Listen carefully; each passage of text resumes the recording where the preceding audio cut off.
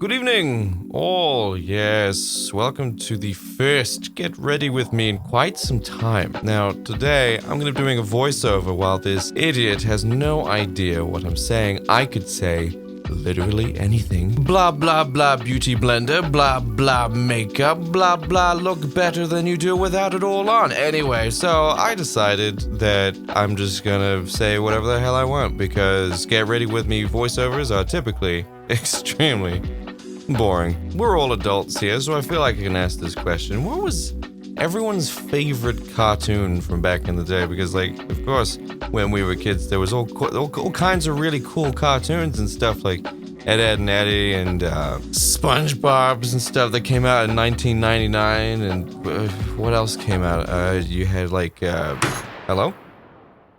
What was that? What is... Whoa! What is going on? Hello? The stuff moving in my room. Whoa. Whoa, whoa. Well, I guess we have an unseen guest here today. We have a live or unalive studio audience. Oh, okay, what the hell was that all about? Whoa! Okay. What is going on? This is super weird. Does anybody have the number for the Ghostbusters? He says to try and make light of the situation that's kind of freaking him out a lot. I mean, I have to get this done. This is due today. I will just rely on the fact that no one has ever been physically assaulted by a ghost, and I'll continue. Okay, Ed, and Eddie, SpongeBob, Courage the Cowardly Dog. Oh man. Okay, alright, let's focus. What was your favorite one? And when you leave a comment, but there's all the Hanna-Barbera cartoons, like Dexter's Lab,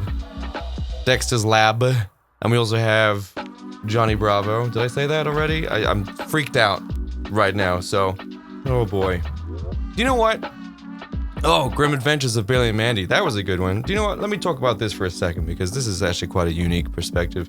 So, I remember... I'm this old, okay? This is how old I am. I remember whenever Grim and Evil came out. You're probably thinking, Jake, it's called The Adventures of Billy and Mandy. Yeah, that's what it eventually became, but then before that, it was called Grim and Evil, and it was split into two. You had the Grim side, which was the story of Billy, Mandy, and Grim, and then you had the evil side, which was Chili con Carne and the whole evil thing that he had going, which I thought was pretty cool. But apparently one of them was way more popular than the... Whoa, whoa, whoa, whoa!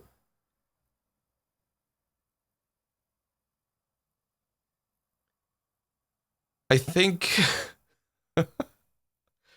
someone's trying to weigh in on this conversation, but we might have a little bit of a communication problem, considering I'm alive and you're not. Oh, okay. Oh man. But then, oh, Jesus Christ. But then they actually ended up getting rid of the evil section of the show and it just became Grim Adventures of Billy and Mandy, which I think is like an incredibly long, tight... Whoa! Getting used to your tricks, Spectre. You need to try something else. So what was everyone's favorite? Because obviously there's like the whole return the slab bit from Courage the Cowardly Dog, which I think is actually the first episode. It like escalate from there. There's way scary. Oh, here's another one. The Marvelous Misadventures of Flapjack, which was my favorite. I thought that was really great, and I was the only one who was actually watching it because no one else seemed to know what the hell I was talking about. So I watched that as it aired, and here's a fun fact about it. The voice actor for Flapjack, the one who has like the really high-pitched, like innocent-sounding angelic voice, is Thurop Van Orman, I think is his name, is actually the guy that made the show. He's actually a sailor, I think. Or at least used to go out on boats all the time. And yeah, he does the voice. That's what he sounds like. And if you're like, that doesn't sound like the voice of an adult man, you're about to eat your words. Because look at this. I am Thurup. I'm the creator of Flapjack. I'm Flapjack. And the voice of Flapjack. Right? That's his adult voice. I guess it's the same situation as the guy that voiced Prince Zuko from the Fire Nation thing, because from the Avatar, The Last Airbender, because his voice never actually broke, did it? Really? Because he was in Hook, man. He was Rufio, and he sounded exactly the same like 20 years later. Yeah, it's kind of weird how his voice never like actually broke. Whoa! Okay, that actually hit me. That actually hit me. Who do I contact about like GBH, but like it's a ghost? Is anyone gonna believe me? Jesus Christ. Jesus. I have a Ouija board, okay? I can get rid of you. What am I doing? Oh yeah, being a 32-year-old talking about cartoons. But you see, the thing with Courage the Cowardly Dog is, the two other characters in that show were not voice actors. Like Muriel and Eustace. They weren't voice actors. And I'm pretty sure Muriel now is working in a library somewhere. Or maybe probably passed away, unfortunately. I know Eustace did, the voice actor for Eustace. Here's another thing. You're probably wondering, hey, what happened to the voice actors for Ed, Ed, and Eddie? Well, I can't say too much to whatever Ed's doing these days. Double D, I guess. Ed, I think, is still doing work and had done prolific voice work before he did Ed, including, but not limited to, Jab from Street Sharks. He did Jab from Street Sharks. Jake, play a clip. I am Jake, but just play the clip. I'll give you more than words, you sleazy ratings hut. Let's blast! Yeah, so imagine my surprise when I went back to do some nostalgia diving, and I watched some Street Sharks, because that show was the best. And yes, I did watch Teenage Mutant Ninja Turtles, and I do know that Street Sharks was a rip-off of that, and I watched them both, okay, so shut up. And I think the toys were better for Street Sharks. So, that's not true. TMNT had some bitchin' toys back in the 90s. Stuff like this. But then Street Sharks all had stuff like this. But then Batman toys, like the animated series, had toys like this. So, like, growing up in the 90s was the best. Oh yeah, Power Rangers, man. Power Rangers had toys like this. But yeah, so the voice actor for Ed was prolific, and I think he still is. I think he's still going. I think he's still doing work. But you're probably wondering what happened to the main character, right? Because Eddie is the main character, or at least the leader of the Ed Boys. The voice actor for Eddie, from memory, from when I read the article many eons ago, he was asking for a raise or asking for something fair, to be perfectly honest. And the industry in Canada, because he's Canadian, the industry in Canada threatened to completely destroy his career. He asked for a raise. I think he was going to go make a big stink about it, and they were like, if you do that, we will ruin your career. And I think one of those two things happened. Either he didn't make a stink about it and just quit, and now he's not a voice actor anymore, because of course he wouldn't be, because he would treat it like crap, or he went and made a stink about it and they destroyed his career. But that's what happened. They treated him like crap, everybody, and now he is not a voice actor. Speaking of voice acting, I've always wanted to do voice acting. Has anyone else found that as fascinating as I have, or do I have something that's undiagnosed that makes me obsessed with certain niche topics? Like, for example, watching DVDs with a commentary on in the early 2000s. That was the best. God, man, I had the whole box set of Scrubs, and you don't have to like Scrubs or anything. I'm not requiring you to like Scrubs before I continue on this anecdote, but I would watch the Scrubs DVD. By the way, the first season's the best season. I don't care what you say. Season 1's the best. But they would do a DVD commentary, and they'd have, like, you know, Neil Flynn, who's the janitor, doing voiceovers for the episodes, and then you'd have, like, a different track where it's, what's his name? Zach Braff doing the voiceover, and Donald Faison would be doing the voiceover.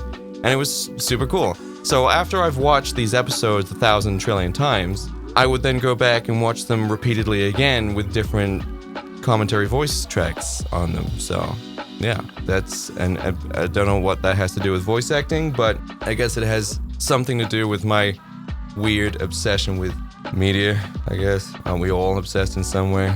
I mean, you're watching this video.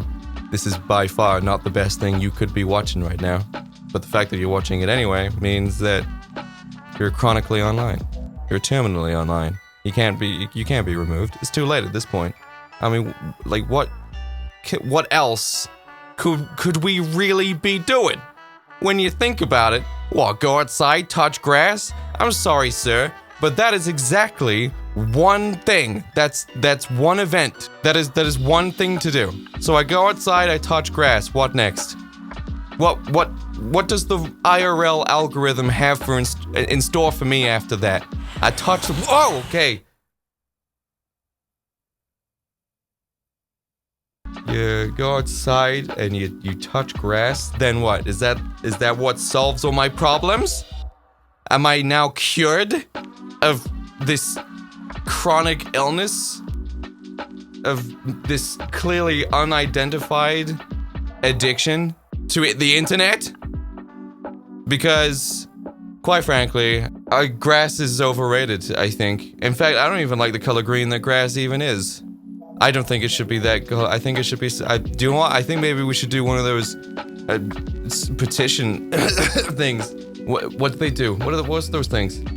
When people get annoyed at something so much that they get people to sign something, and it very rarely ever actually changes anything. It's just a big collective page of people whining about the same thing, which I guess is like emotionally empowering, isn't it? Or confidence inspiring. It's like, yeah, all these people hate the same thing I do. When we're all here waiting for that change, and then nothing changes because you realize it's just a document of... It's not even a document. It's just a web page that reflects a number equal to the amount of people who all complained about a particular thing. And that's, I guess, is probably where cancel culture loses all of its power. Because when you think about it, the only person who can cancel you is you. Of course, people can have their pathetic little crusades where they express, without regard of anything they have to do that day, how much they don't like you. And I mean, I guess if they're so busy, the fact that they've taken time out of their extremely busy day doing incredibly important things without which this entire society would crumble, must mean a lot whenever you think about it. It's like, wow, you could have gone to Congress today and made some changes. But instead, you sat here on the internet and explained to me and everybody that you don't like what I do. Fascinating. And of course, it's in the hands of the celebrity, e-celebrity, or content creator, or director, producer, artist, whatever, whether or not they want to respond to this. That's exactly where the point of power is. Cancel culture is all about applying as much pressure as you can on an individual for them to make the final decision. Unless, of course, that person's done something so disgustingly illegal that the platforms themselves have to take note and actually remove them themselves officially. But cancel culture is all about applying as much pressure as digitally possible to a single point so that the creator themselves feels pressured enough to remove themselves from the internet. And that's probably the worst thing that you can do in response to cancel culture, because it just shows them that they have power, which of course, as I've just described, they don't. Cancel culture is not canceling you. They don't have that power. They can insist quite aggressively, but ultimately the decision comes down to you, whether or not you want to keep uploading or not. And I'll tell you one thing. If you want to not only survive being cancelled, because let's face it, a lot of people's moral compass is not pointing north. And when I say a lot of people, I mean these people also like to form powerful online communities together, whose compasses are also not pointing north. It's not about morality. It's about what they think is right. It's about what they think is moral, which is, of course, completely subjective. Unless, of course, we're talking about taking life and taking innocence, that kind of thing. It's the internet. A lot of things can be misconstrued, and a lot of things can be ignored. That's the benefit, that's the privilege you have. You can pick and choose the information that you want to know, that you want to hear, and you can ignore the rest of it in order to perpetuate, to preserve your perception of that individual. Kind of like religion. So you could say that cancel culture is very cult-like in the sense that it's all about a form of control and ignoring certain points of information that would completely dismantle your entire belief system. But if you want to survive cancel culture, but not only survive it, but also thrive in the face of it and make sure you are immune to all future crusades, because let's face it, they are crusades, witch hunts, if you will, in a lot of cases. What I recommend you do is absolutely not cave in to anything they want you to do. If you sincerely think you haven't done anything wrong, then don't apologize. If you sincerely believe that you should continue making the content that you're making, then continue. Because at the end of the proverbial day, once you put your phone down and you go outside and you touch grass, there's no one there. It becomes eerily silent. Almost as if it actually has no power at all. And with that, ladies and gentlemen, the Get Ready With Me comes to an end. I've been your host, Mr. J. Monroe. And there's also been something else in here, who I think would like to say a few words.